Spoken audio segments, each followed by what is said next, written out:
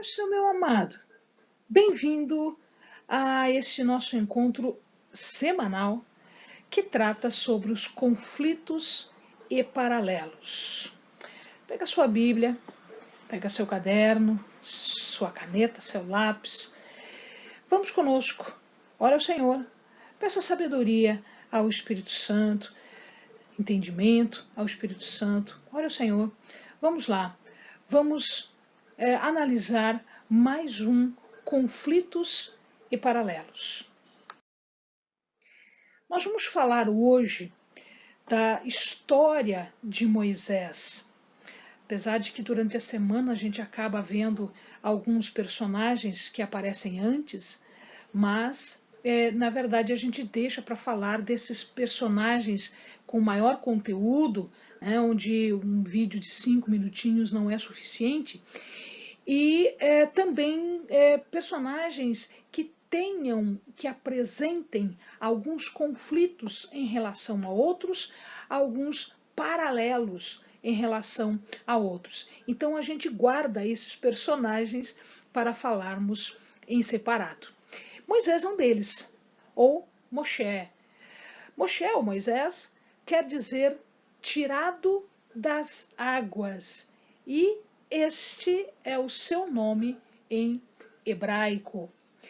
Ele está tirado das águas, eu estou falando do rio Nilo. Aqui em cima o amado pode ver uma foto das margens, né? Aqui, as margens do rio Nilo. Então ele foi deixado aqui. A história o amado conhece, está lá no início do livro de Êxodo. Muito bem, a vida de Moisés, ela é mostrada, ela existe em 3 fases. E nestas 3 fases nós temos toda uma preparação para aquilo que Moisés tinha a fazer, aquilo que era plano do Senhor, aquilo que ele havia separado para que Moisés desempenhasse. É interessante aqui, amado, que ele passa 40 anos no Egito, ele passa 40 anos em Midian e depois ele passa 40 anos no deserto, um pouquinho mais adiante de Midian. Dizem os estudiosos que o número 40, que a idade 40, quer dizer um ciclo completo.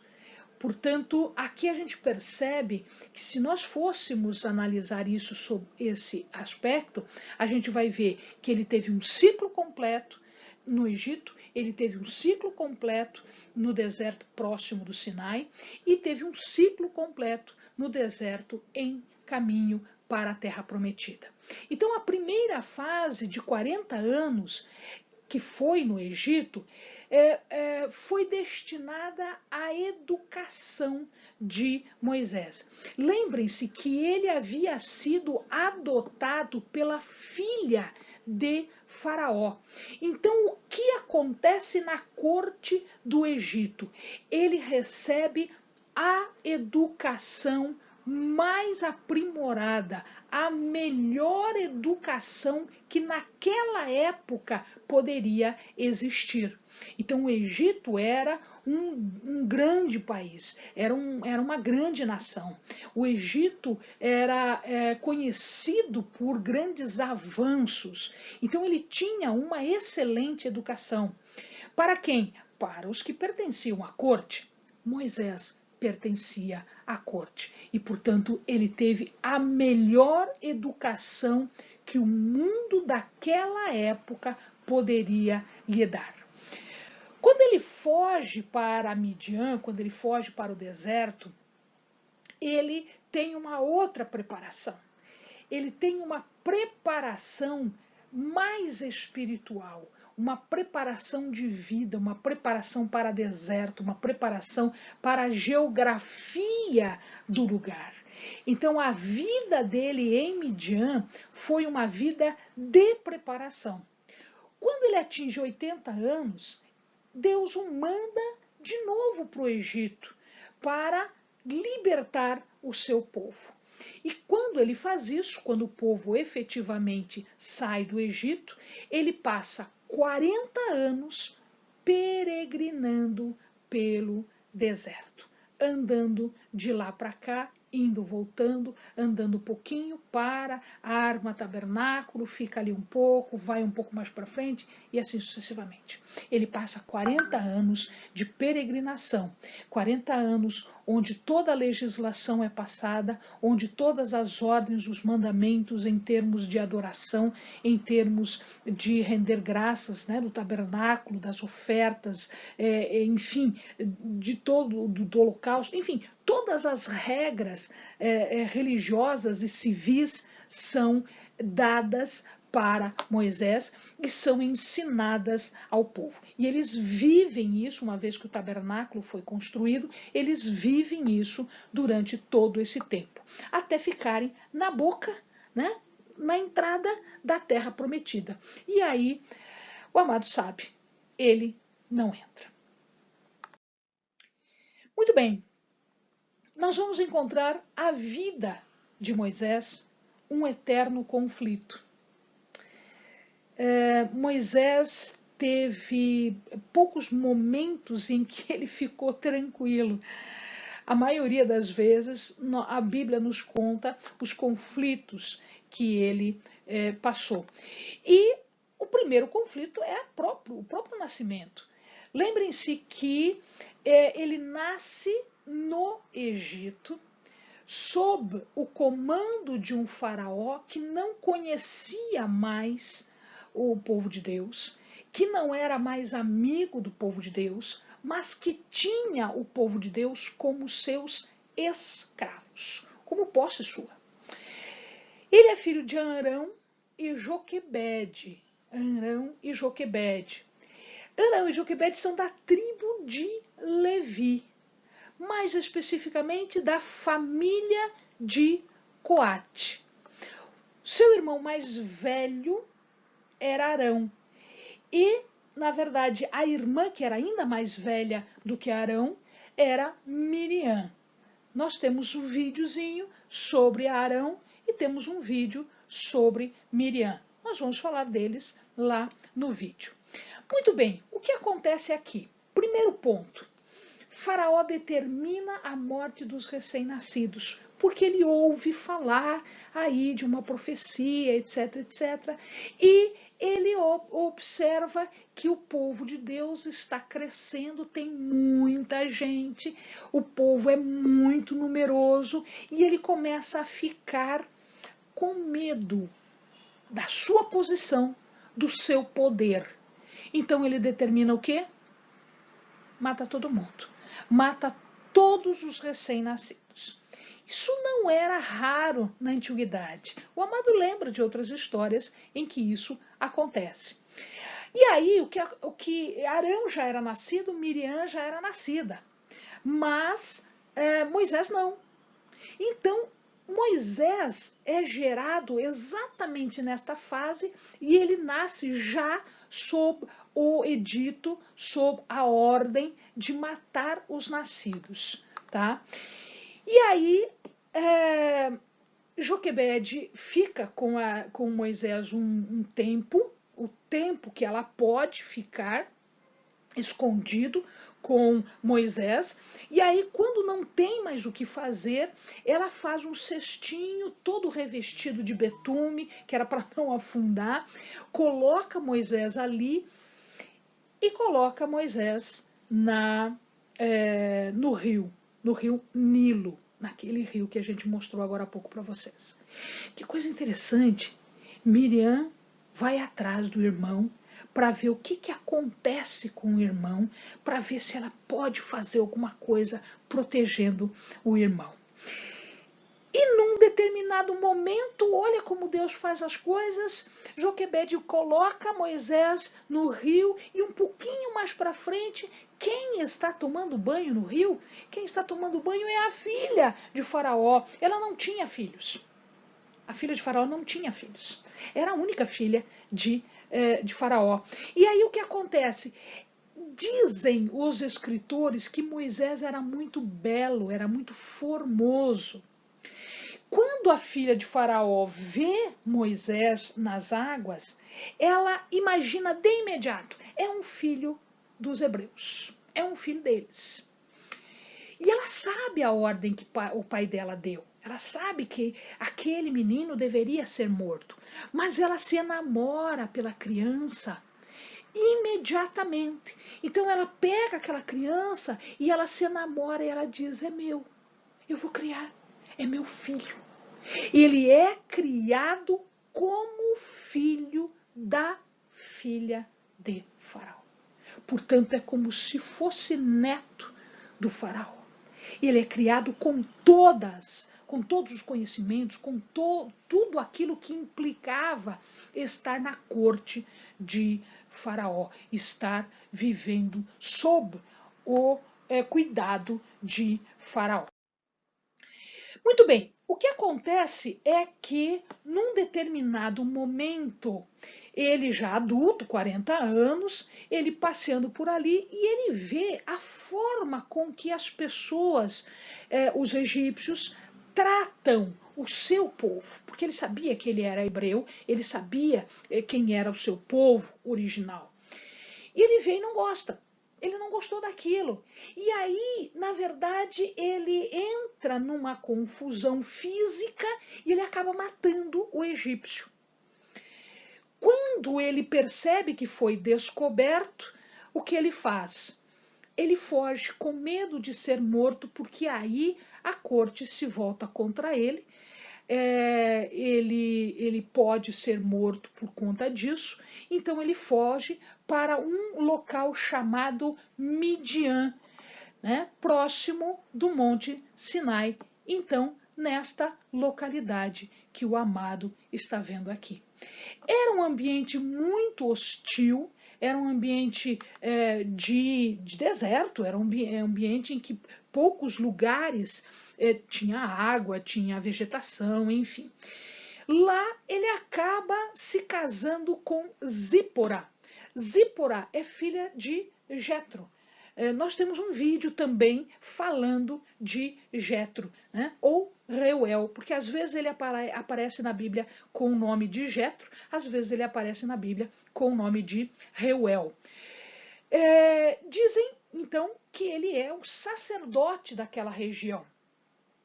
Como ele é descendente de Abraão, muitos imaginam que esse sacerdócio que ele exerce é em adoração ao Deus Altíssimo, em adoração ao Deus de Abraão, Isaac, Jacó, né? Porque ele era descendente de Abraão. Isso não é garantia de nada, mas imagina-se que seja desta forma. Muito bem, neste intervalo de tempo, então, portanto, durante esses 40 anos que ele fica ali, ele acaba tendo 2 filhos com Zípora. O mais velho, né, o primogênito, que se chama Gerson, e cujo nome quer dizer estrangeiro, exatamente porque ele era estrangeiro naquela terra e Deus estava abençoando. E um segundo filho, Eliezer, que significa, então, Deus é meu socorro. Então, esses 2 meninos são os filhos de Moisés.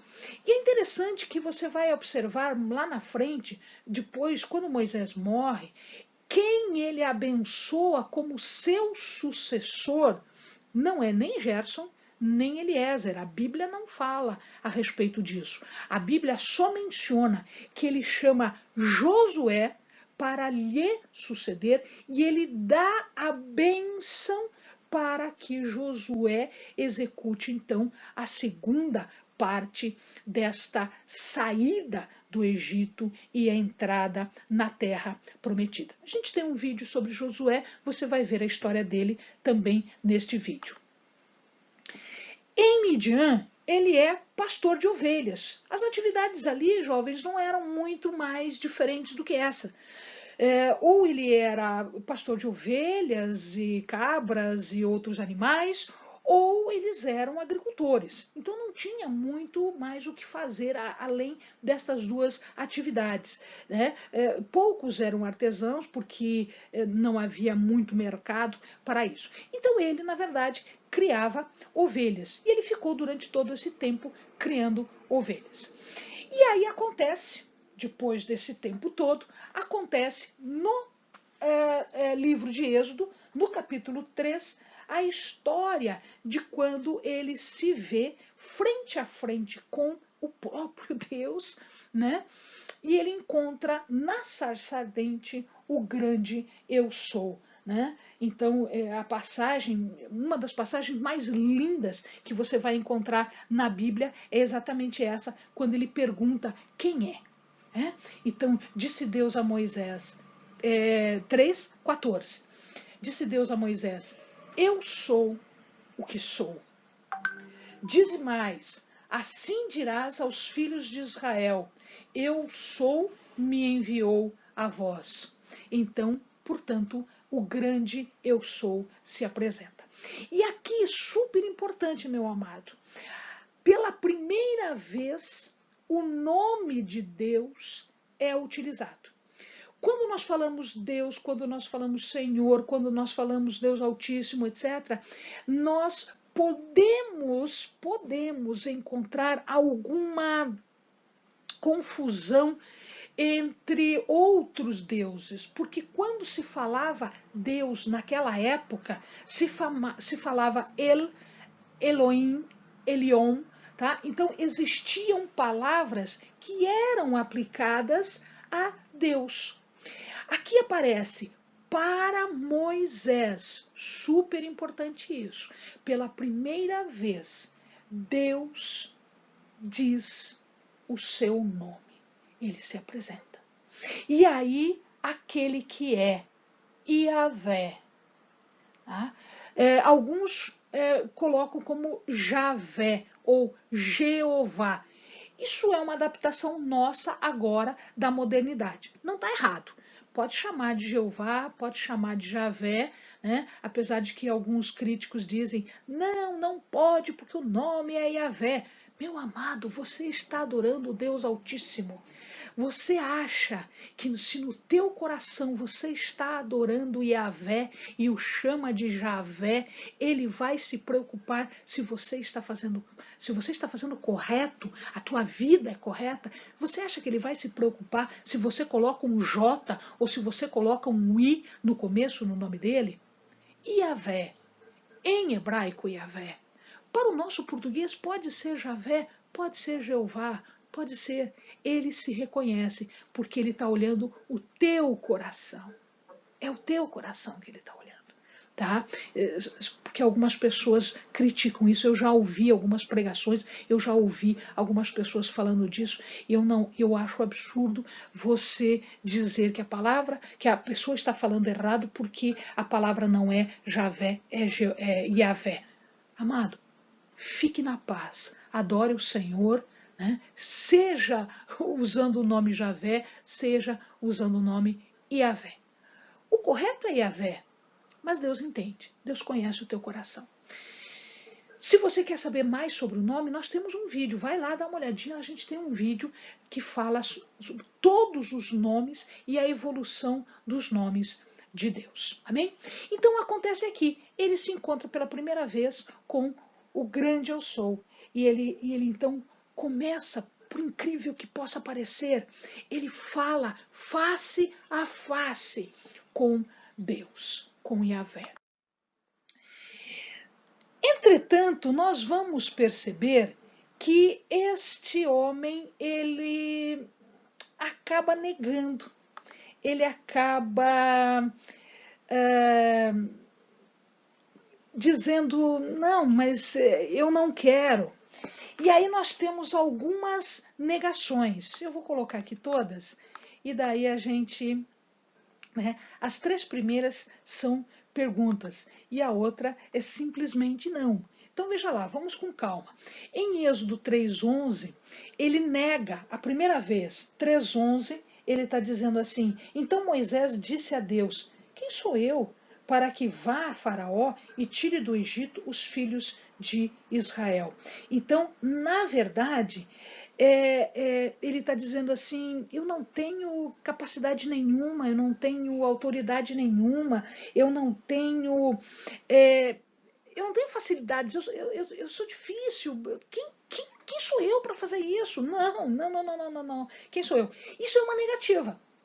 Então, quando Deus manda, quando Deus dá a ordem para ele fazer isso, ir até Faraó e retirar o povo de lá, porque Deus viu a miséria, Deus viu a dificuldade, o desespero que o povo estava passando no Egito, então Deus separa Moisés e diz: vai lá, você vai lá e vai retirar ele de lá.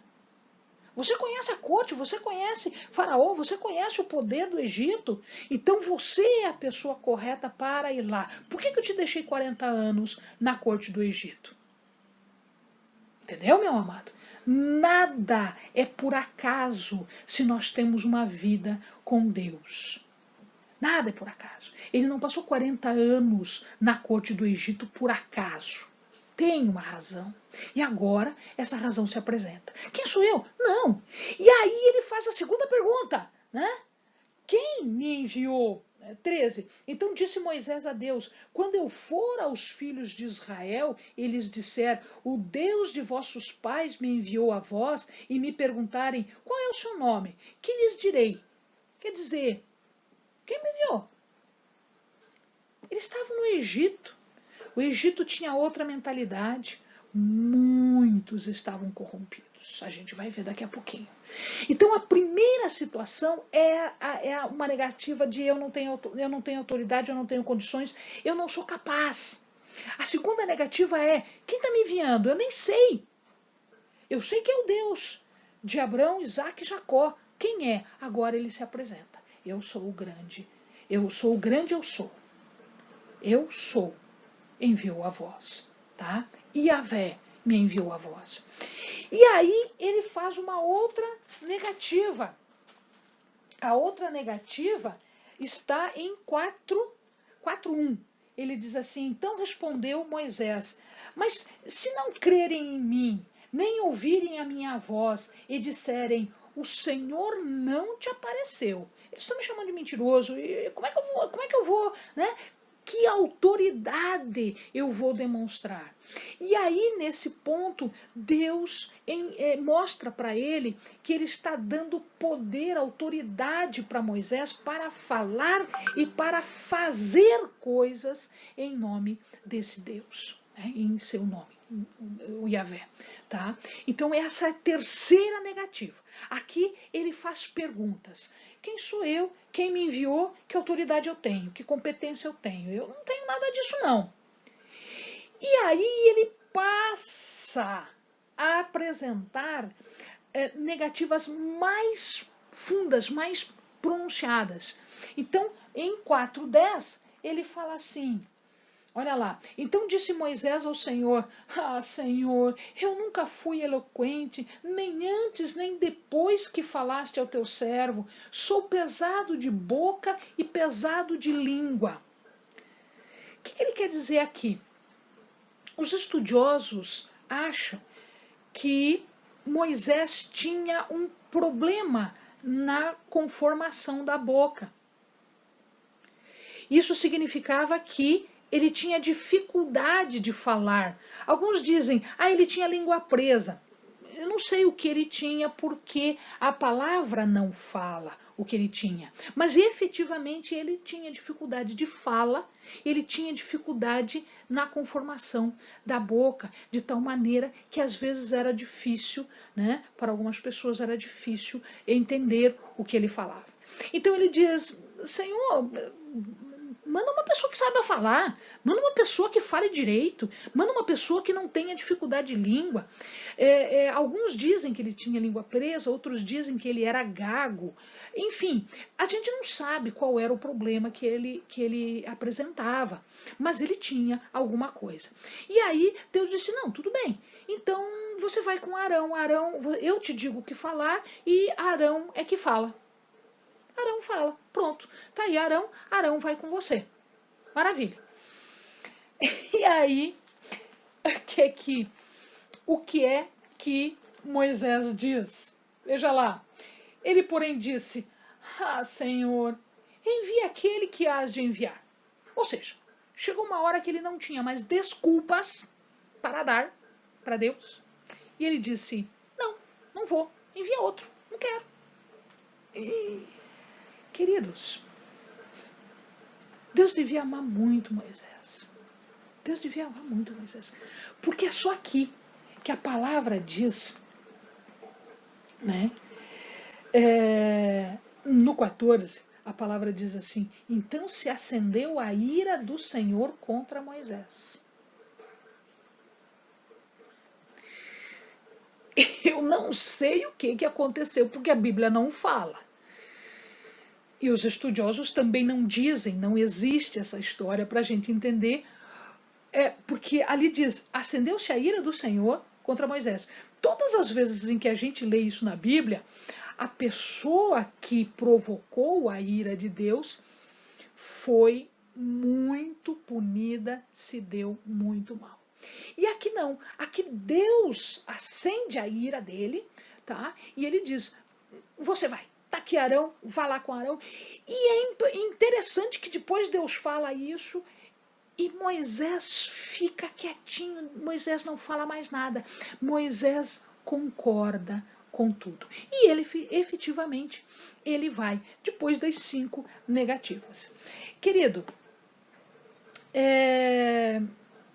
às vezes nós vemos dificuldades em nós.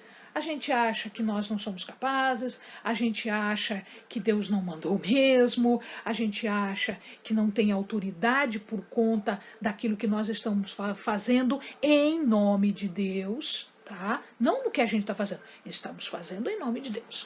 Às vezes a gente acha essas coisas todas, tá? Às vezes a gente acha que tem dificuldade física, às vezes a gente acha que tem dificuldade econômica, N dificuldades para fazer a obra do Senhor, tá?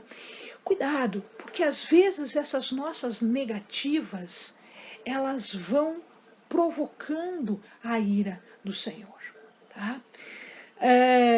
E às vezes, meu querido, a nossa obra acaba sendo retardada e depois, veja, aquilo que nós poderíamos ter como recompensa pelas nossas obras, tá? Lá no céu, a conta é bem menor do que a gente acha que é, porque a gente negou várias vezes. A gente disse não várias vezes. A gente disse não posso várias vezes. Então toma cuidado, que isso é uma coisa muito importante. É estar à disposição, em guarda, já pronto para fazer aquilo que o Senhor determina. E observar direitinho como a ordem do Senhor é dada, para que a gente faça exatamente como a ordem é dada. O segundo conflito, então esse foi o primeiro conflito, foi a sua morte. Depois nós tivemos toda essa questão de preparação, de chamado, etc. O segundo conflito foi exatamente ir até Faraó e se dispor diante de Faraó e pedir que o povo fosse libertado. A Bíblia diz, olha só, amado, vamos combinar aqui o seguinte, preste atenção no que eu estou te dizendo. Moisés morava num punhadinho de pessoas, num aglomeradinho, num povoadinho de pessoas. Ele estava indo para o Egito, que era a maior, mais forte, mais poderosa, mais rica, mais tudo que você imaginar do mundo antigo. A Bíblia diz que ele pega o seu jumento, coloca os seus 2 filhinhos em cima do jumento, provavelmente eles eram pequenos, então coloca os 2 filhos em cima do jumento, coloca a sua esposa em cima do jumento, pega o seu cajado e vai. Onde é que ele estava indo? Ele estava indo falar com o homem mais poderoso da terra naquela época. O que ele tinha? Um jumento, um cajado, 2 filhos e uma esposa. E ele está indo para a corte do Egito para libertar o povo. Tá vendo, meu amado? Você está percebendo aqui? Quem era Moisés? Amado, que diferença faz com que você vai falar com o homem mais poderoso da terra? Porque o poder do homem mais poderoso da terra é o poder da terra. Mas você está indo em nome do poder maior, que é o poder do aquele que é. Esse é o poder maior. O faraó do Egito não viu isso, não. O faraó do Egito, sabe, ele viu diferente. E aí as consequências todas que aconteceram. Então veja lá. Na verdade, ele achava que o problema dele era o faraó. Mas a gente lendo a Bíblia, a gente percebe que o problema dele não era só faraó. Este povo que ele vai libertar era um povo rebelde, relutante, queixoso, mimizento, como o povo fala hoje em dia. Reclamava de tudo, achava ruim tudo, estava numa situação desesperada, pedindo salvação. Tanto é que a palavra fala, se o amado voltar ali na palavra, vou voltar ali para ver o seguinte, Êxodo 2, 24 primeiro. Ouviu Deus o seu gemido e se lembrou da sua aliança com Abrão, com Isaque e Jacó. Atentou Deus para os filhos de Israel e Deus os conheceu. O povo estava clamando. Mas o povinho complicado esse, de tudo se queixava, de tudo reclamava, tudo era, sabe, era uma batalha, uma guerra. Tudo.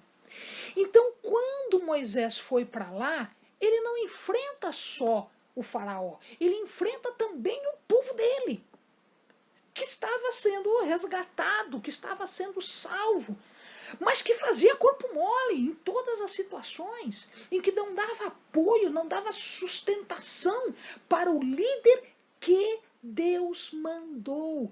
Moisés não quis por si. Ele relutou 5 vezes e a ira de Deus se acendeu e aí ele foi. Ele enfrentou um faraó que era o homem mais poderoso da terra. Orgulhoso, teimoso, obstinado, interesseiro. Porque eles eram escravos, ele não ia perder os escravos. Era uma mão de obra barata, ele não precisava pagar muito. Aliás, não pagava nada, era escravo. Quem vai fazer quando os escravos forem embora? Então é esta dificuldade que ele enfrentou. Não foi só o poder de Israel, o poder de Faraó, do Egito, a autoridade do Faraó. Foi também aquele povo rabugento, aquele povo queixoso, que estava sendo libertado, mas que fazia questão de dar para trás. E aí o que acontece? Mostra-se o poder de Deus para o faraó. As 10 pragas atingem principalmente o sistema religioso egípcio. Amados, nós temos um vídeo sobre as 10 pragas do Egito. E lá eu explico para vocês cada uma das pragas e o significado de cada uma destas pragas. Tá? Ao final, o que acontece? Ele libera, porque os primogênitos morrem, mas ele, teimoso, Faraó corre atrás para matar o povo. E aí vocês sabem o final da história, né? Que é a vitória final com o extermínio daquele exército que foi mandado. Morreu todo mundo. Morreu todo mundo. Tá? Então, as 10 pragas, elas tinham 2 funções. Primeiro, quebrar o orgulho de Faraó. Mostrar que existia um poder maior que o dele. Mas também era para mostrar para aquele povo que tinha um Deus com poder, com autoridade. Pena que eles esqueciam isso muito facilmente. A gente vai ver. E aí, jovens, nós vamos observar o seguinte, amados. nós vamos observar que a vida de Moisés dali para frente, esses 40 anos do deserto, foram, na verdade, um conflito contínuo, conflito em cima de conflito, em razão daquele povo que saiu junto lá do Egito. E aqui é importante que se diga o seguinte, não é só os hebreus, o povo de Deus, que saiu do Egito. Muitos aproveitaram a saída dos hebreus do Egito para se juntar. Então, alguns comentaristas chamam esse conjunto de pessoas de populacho, que era, na verdade, um grupo de pessoas que era aproveitador, que estava se aproveitando da situação, né? E que foram junto com Moisés, e Moisés aceitou estas pessoas, apesar de Deus ter dito para ele que era o povo que estava sendo liberto. Mas Moisés não fez acepção, ele juntou todo mundo. E aí o que acontece é um conjunto, uma sucessão de conflitos, uma sucessão de murmurações. Então a primeira murmuração veio logo em seguida da libertação, ou seja, eles libertados do Egito, saindo do Egito, né, indo embora, quando eles se deparam com o Mar Vermelho. Eles esqueceram de todo o poder que o Senhor demonstrou frente a uma autoridade grande que era o faraó e a nação egípcia, né? E o faraó vindo atrás, correndo com bigas, com carros, com cavalos, armas, exército, para matar todo mundo, né?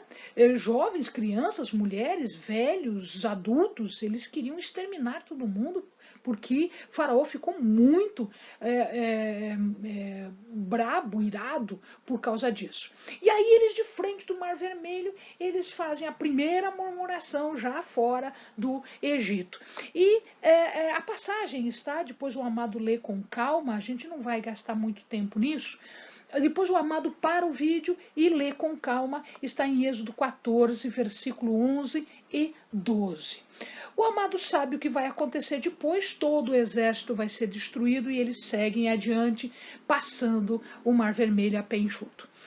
Quando eles chegam um pouquinho mais para frente, faltou água. Tem água, não tem água, eu quero água, não sei o que e tal. E aí eles chegam num poço, o poço de Mara.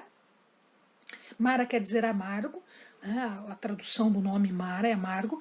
São águas amargas, o poço tinha uma água ruim, o gosto da água não era bom. E aí eles reclamam de novo, pô, lá no Egito, lá isso, lá não sei o quê.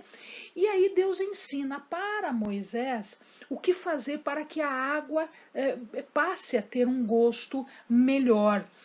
E logo em seguida eles vão então para um local que é Elim, onde tem vários poços, onde tem palmeiras, enfim, uma outra situação diferente daquela situação com escassez de água.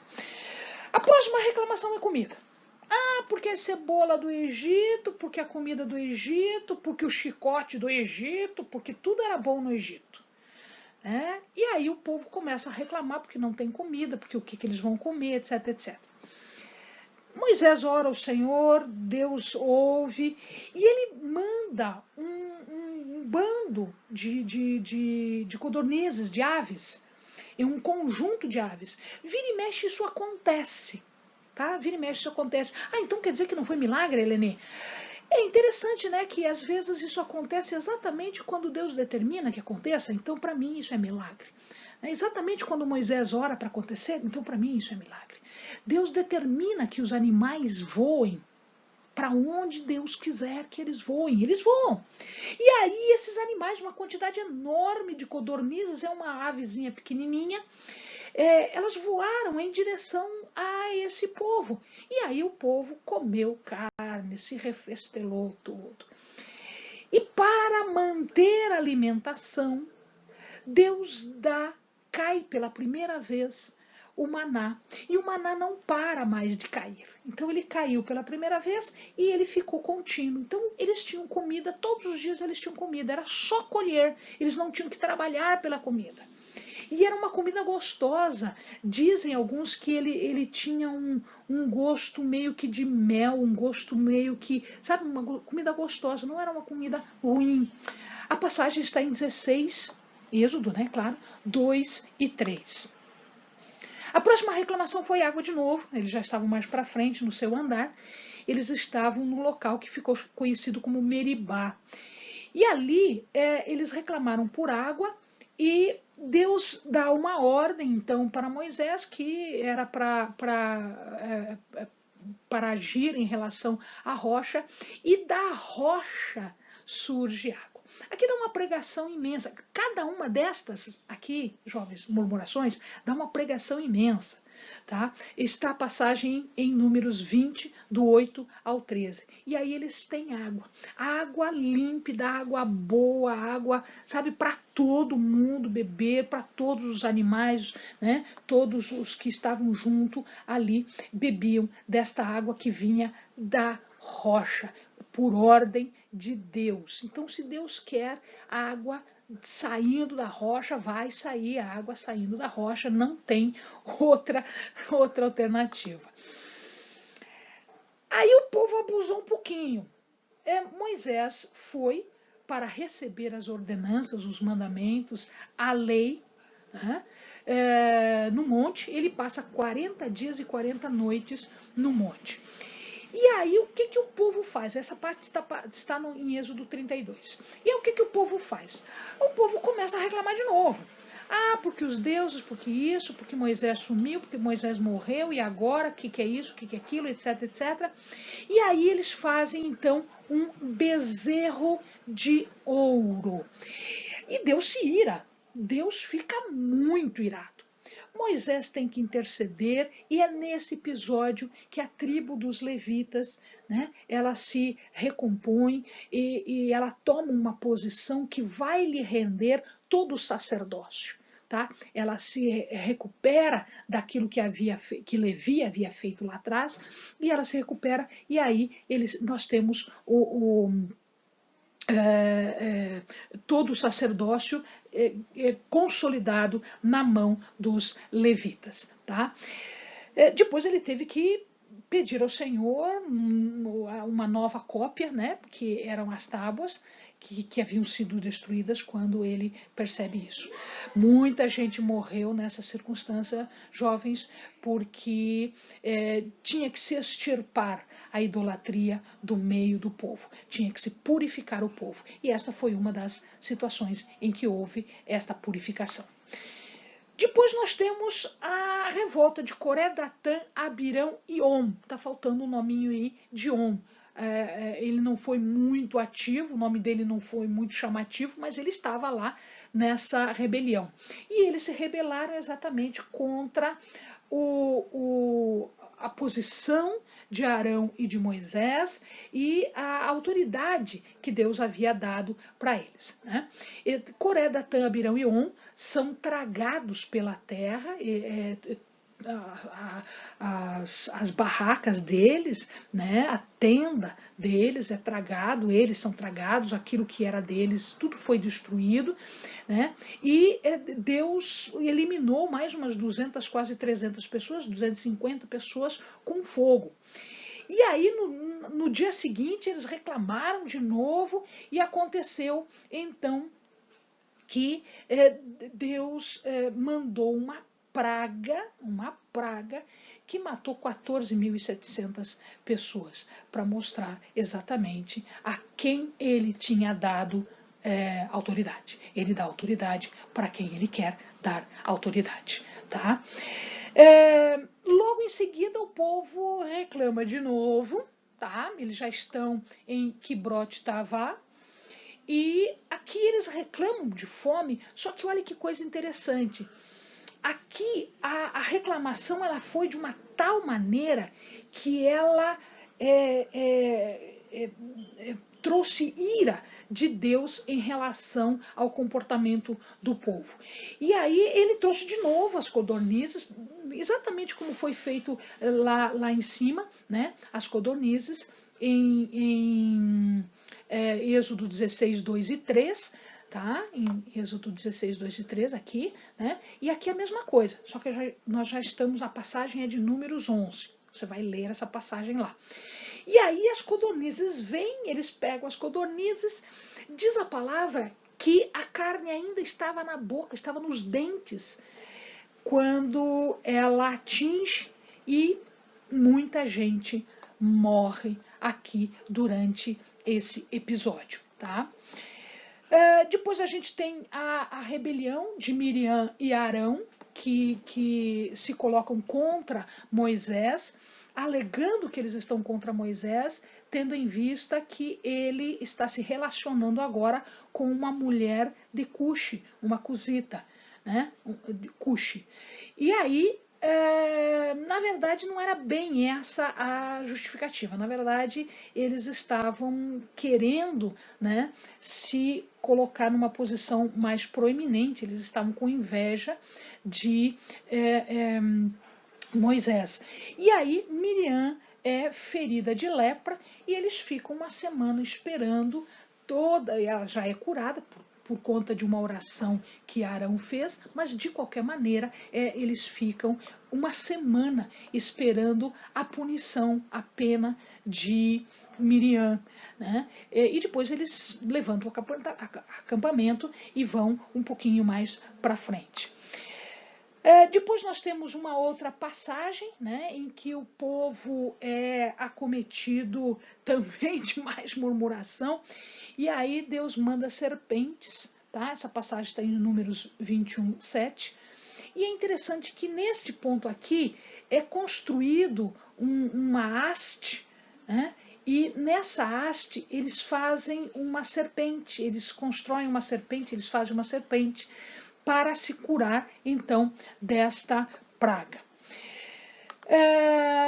E, finalmente, nós temos a 10ª murmuração, a 10ª que nós podemos identificar, que são as mais importantes, em relação a Moisés, tá? Que resultou na prostituição de Baal-peor, Números 25.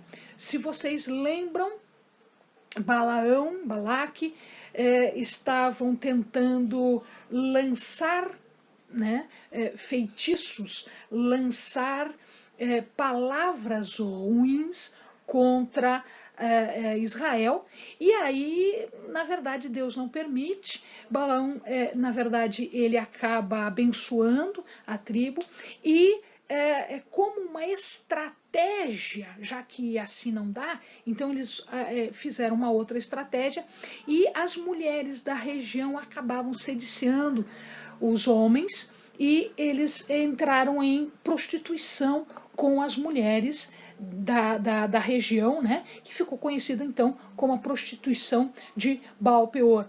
E aqui nós vamos observar que as pessoas, então, elas que estão do lado de Moisés, elas se levantam defendendo, protegendo tudo aquilo que Deus já estava fazendo pelo povo, e elas acabam matando estes prostituídos. Bom, amados, uma coisa muito importante que nós temos que levar em conta quando nós falamos de Moisés é que ele tinha uma intimidade com Deus. Ele não ouvia em forma de profecia, não, ele falava face a face com Deus. Face a face. Ele conversava com Deus.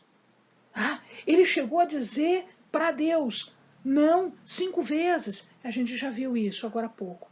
Então, no Monte Sinai, ele estava sempre muito à vontade quando ele estava na presença de Deus.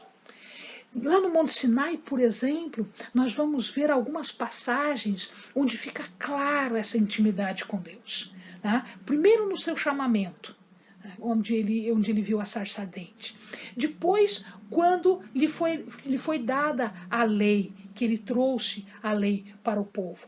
Depois, quando Deus explicou para ele os 10 mandamentos. Depois, quando Deus explicou para ele a estrutura do tabernáculo, como ele queria que o tabernáculo fosse feito.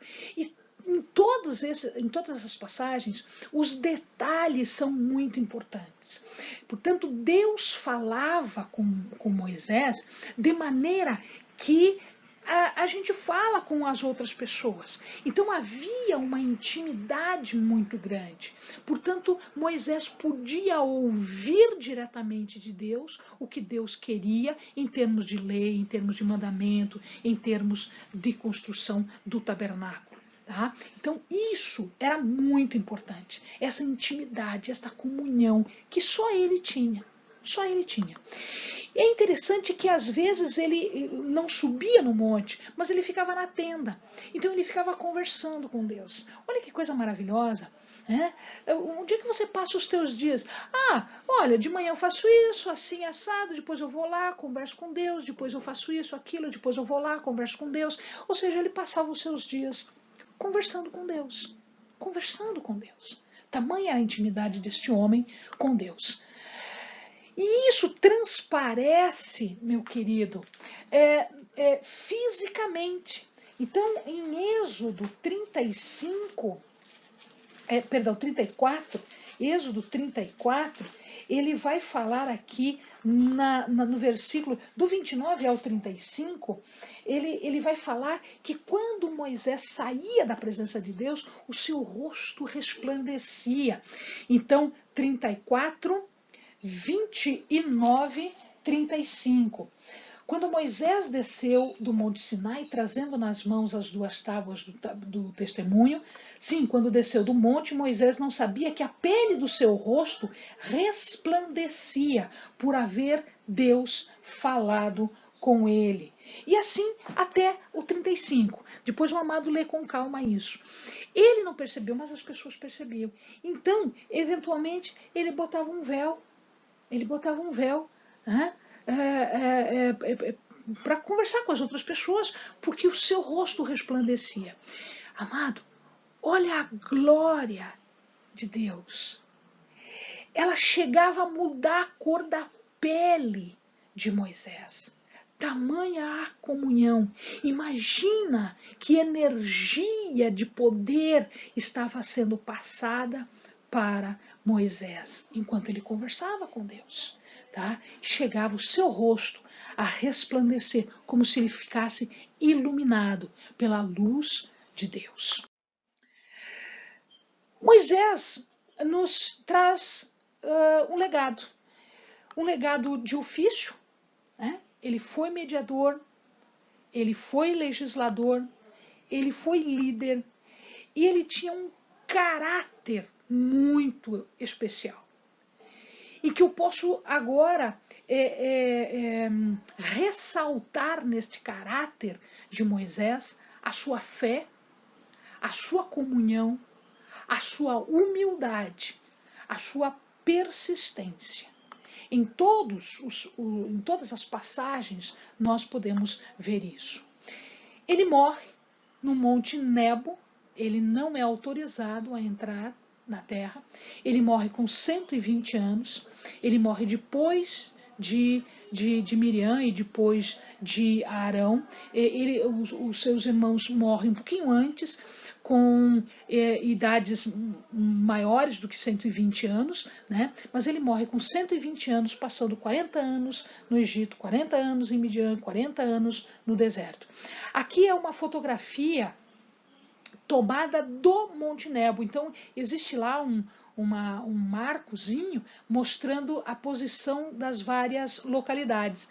Então, quando Moisés morre, ele está no Monte Nebo e ali Deus lhe faz ver toda a terra. Essa parte aqui é toda a terra que iria ser conquistada. Era aquela terra que havia sido prometida. Amado, que Deus possa falar mais profundamente ao seu coração, que o Espírito Santo lhe dê sabedoria, entendimento, conhecimento, para que o amado possa retirar da vida de Moisés, muitas lições para a tua própria vida. Amém? Bons estudos. Fica com Deus. Deus te abençoe.